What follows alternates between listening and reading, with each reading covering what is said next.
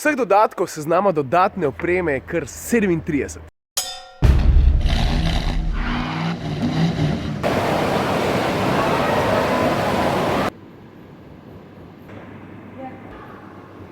Veš, tako, ko zamujaš na zajtrk, te mala pa laufa po hotelu, ko je zmešana.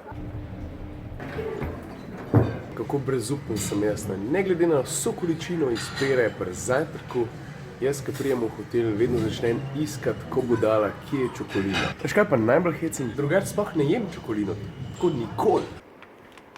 Ok, zdaj grem pa kje, ko gre še cesar peš. V garažo, ne? Veš kaj, sem že malo pozabil, da ima tole. Zdaj pa se veste, koliko je ura, ne? Sladko kisle 3, 4, zdaj. Dajmo začeti kar pri vratih. A veš, Clubman prve generacije, ne, je imel na desni strani dvoje vrat, na levi strani imel pa samo ena vrata. Teh tukaj zadnji ni bilo. No in kakorkoli je bila tista posebnost taka, dost funky, pa zanimiva je, pa zdaj vseeno mogoče malo boljš, da ima ta avto zadnji vrata na obeh straneh. Druga sladka je pa kar topla v usne. Veš, še vedno ne morem jim tega, da mi je ta look čist jazzen. Tretja sladka je pa preprosto dejstvo, koliko placa ima tale avto. Pa da se razumemo, glede na to, da je mini, ne tako na splošno. A veš, za začetek je treba razumeti, da je ta avto od prve generacije Clubmana za skoraj 30 cm daljši, pa za skoraj 8 cm širši. In to v avtomobilskem jeziku pomeni veliko razliko. Zdaj prej pokažem, kako velik je kufer. Le kako fajn se to odpira. Sam cik, cik. Drugače pa tukaj noter prostora za 360 litrov. Če pa zice podreš, ga je pa za 1250. Ja se strinjam, ne? Niso to neke rekordne številke, ampak spet ne, to je mini.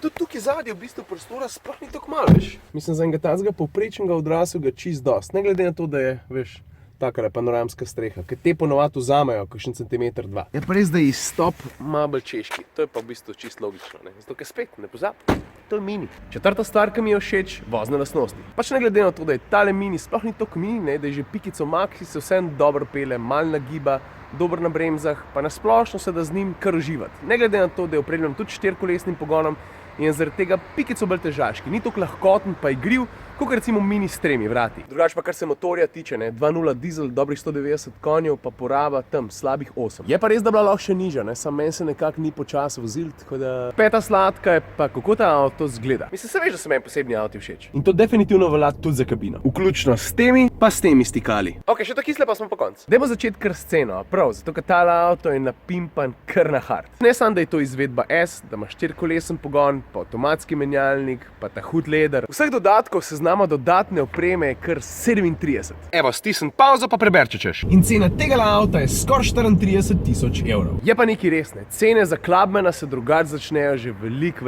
prej. Ta druga ta kisla so pa v bistvu ta vrata, ki so mi drugače ful všeč. Ampak stari, kaj naj ti rečem, no, preglednost nazaj je pa zato bolj tako. Ta tretjo ta kislo povem pa kar na poti nazaj. A veš, glede na preprosto dejstvo, da ima ta avto dobrih 190 konjev, se meni zdi, da ne potegne toliko, kolikor bi mogel. Mislim, sej hiter po vse, ampak malo tistega panča mu pa manjka. Glej.